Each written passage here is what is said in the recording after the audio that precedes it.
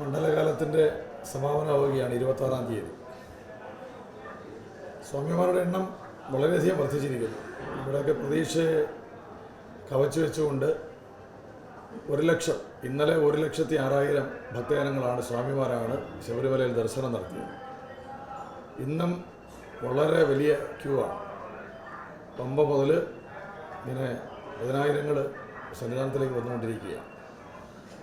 90,000, 96,000, തുടർച്ചയായിട്ട് 96,000, 98,000, ഇന്നലെ അത് 1,06,000. ഈ സീസണിലെ റെക്കോർഡാണ് ഇന്നലെ. ഇന്നത്തെ സ്വാമിമാരുടെ തിരക്ക് കാണുമ്പോൾ ഇന്നും ഏതാണ്ട് 1,00,000 കഴിയുമെന്നാണ് നമ്മൾ പ്രതീക്ഷിക്കുന്നത്.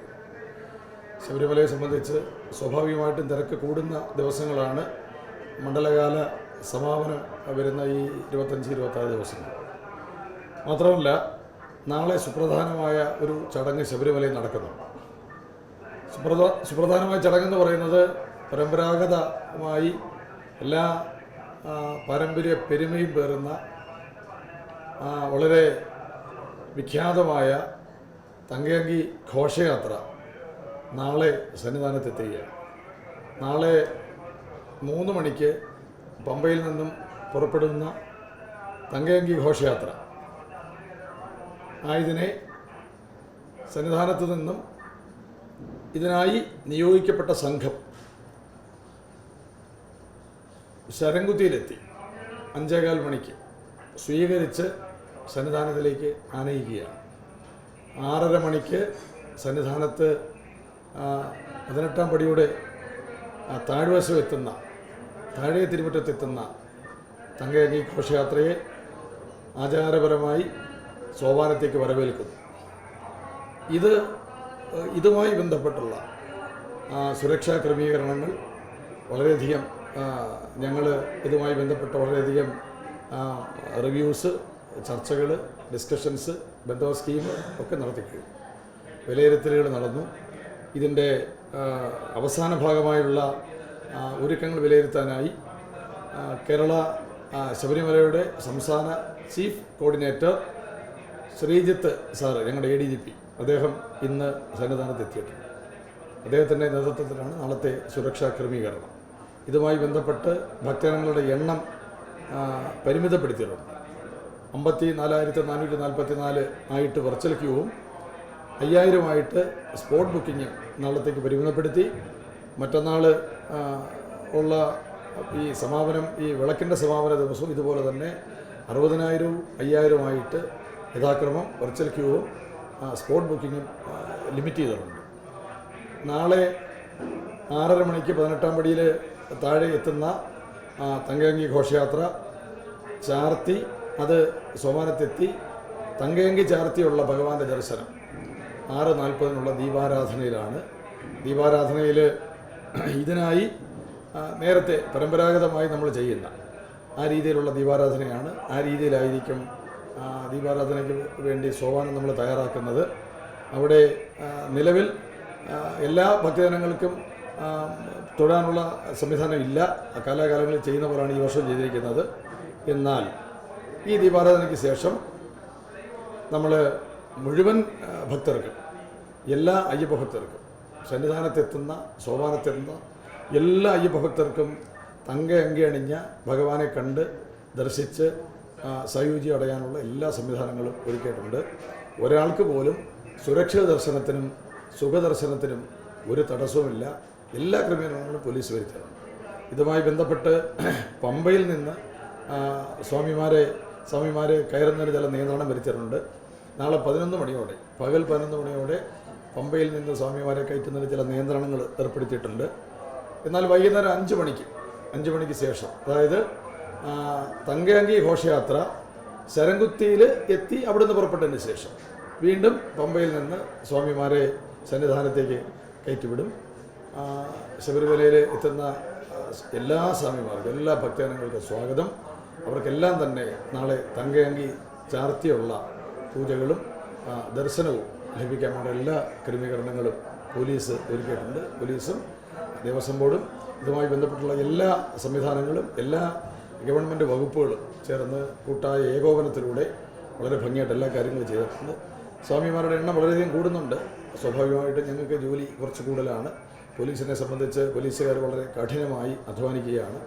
യാതൊരു പരാതിയും വരാതെ എല്ലാവർക്കും സുരക്ഷ, എല്ലാവർക്കും ദർശനം, എല്ലാവർക്കും സുരക്ഷ, എല്ലാവർക്കും സുരക്ഷിതമായ, സന്തോഷകരമായ, സുഖകരമായ ദർശനമാണ് കേരള പോലീസ് സന്നിധാനത്ത് ഒരുക്കിയിട്ടുള്ളത്.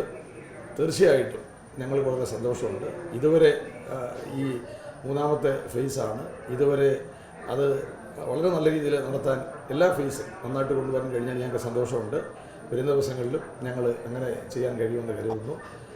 ഈ ജനങ്ങളുടെ സുരക്ഷയ്ക്ക് വേണ്ടിയും ഈ കാര്യങ്ങൾ വളരെ ഭംഗിയായ രീതിയിലെല്ലാം നടക്കാൻ വേണ്ടി നടത്തുന്ന ചില നിയന്ത്രണങ്ങൾ, ചില ക്രമീകരണങ്ങൾ കലാകാലങ്ങളിൽ ചെയ്യുന്നതാണ്. അതിൽ എല്ലാ ഭക്തജനങ്ങളും സഹകരിക്കണം.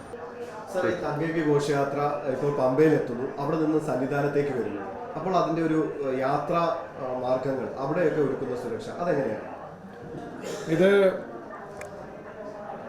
ഇത് പമ്പയിൽ നിന്ന് 3 മണിക്ക് അപ്പോൾ നിലയ്ക്കലെത്തിയിട്ട് പമ്പയിൽ വരും. നിലയ്ക്കലെല്ലാം വളരെ വലിയ സുരക്ഷാ ക്രമീകരണമുണ്ട്.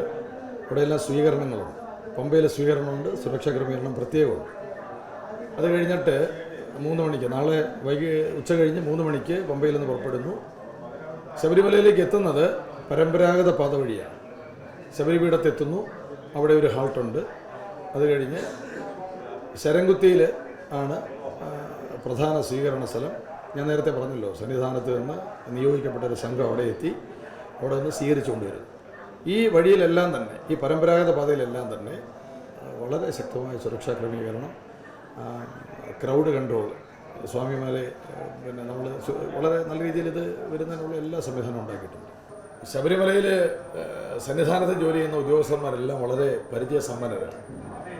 എല്ലാവരും കലാകാലങ്ങളിൽ 1, 2, 3, 4, 10, 15 പ്രാവശ്യം ജോലി ചെയ്തവരാണ് ഇവിടെ. സ്വാഭാവികമായിട്ടും അവർ ഇവിടെ ജോലി ചെയ്യുമ്പോൾ സുരക്ഷ തീർച്ചയായിട്ടും പ്രധാനമാണ്. ശബരിമലയുടെ സുരക്ഷ പ്രധാനമാണ്. ഭക്തരുടെ സുരക്ഷ, ജീവനും സ്വത്തിനും സംരക്ഷണം പ്രധാനമാണ്. പക്ഷെ അതേ സമയത്ത് തന്നെ പോലീസ് ഉദ്യോഗസ്ഥർക്ക് അറിയാം, ശബരിമല ഒരു തീർത്ഥാടന കേന്ദ്രമാണ്. ഏതൊരു മതത്തിൻ്റെയും തീർത്ഥാടന കേന്ദ്രം അതിൻ്റെതായ പ്രാധാന്യമുണ്ട്. ആ പ്രാധാന്യം കണക്കിലെടുത്ത് ഭക്തജനങ്ങളുടെ മനസ്സ് മനസ്സിലാക്കി അവർക്ക് എല്ലാവർക്കും ദർശനം, എല്ലാവർക്കും സുരക്ഷ. അതുകൊണ്ട് അത് ഞങ്ങൾക്കൊരു വെല്ലുവിളിയല്ല. എനിക്ക് തോന്നുന്നു ഞങ്ങളുടെ ഉദ്യോഗസ്ഥന്മാർക്കൊരു വെല്ലുവിളിയല്ല.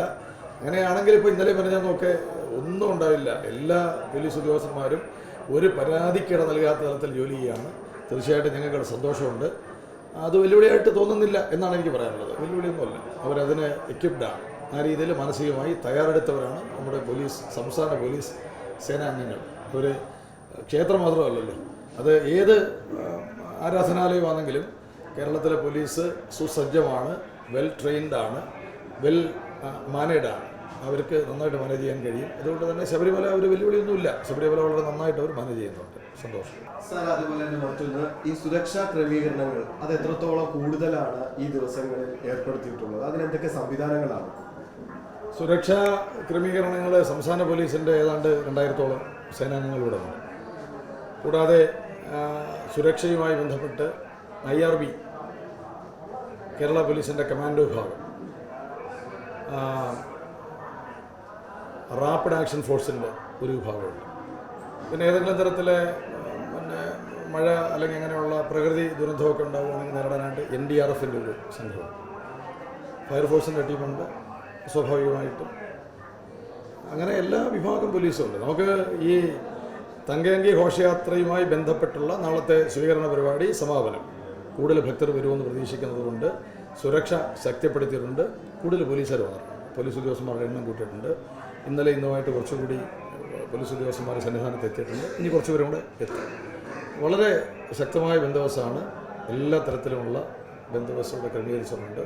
സുരക്ഷിതമാണ്. സുരക്ഷ തീർച്ചയായിട്ടും ഒരു തരത്തിലും നമ്മൾ ശബരിമലയുടെ സുരക്ഷ എല്ലാം കൊണ്ടും വളരെയധികം പ്രാധാന്യമുണ്ട്. ആ പ്രാധാന്യം ഒട്ടും തന്നെ ഞങ്ങൾ കുറച്ച് കാണിക്കുന്നില്ല. വളരെയധികം നന്ദി സാർ. അമൃത ന്യൂസിനോട് ഇത്തരം വിവരങ്ങൾ തീർച്ചയായും പങ്കുവച്ചു. താങ്ക്സ്.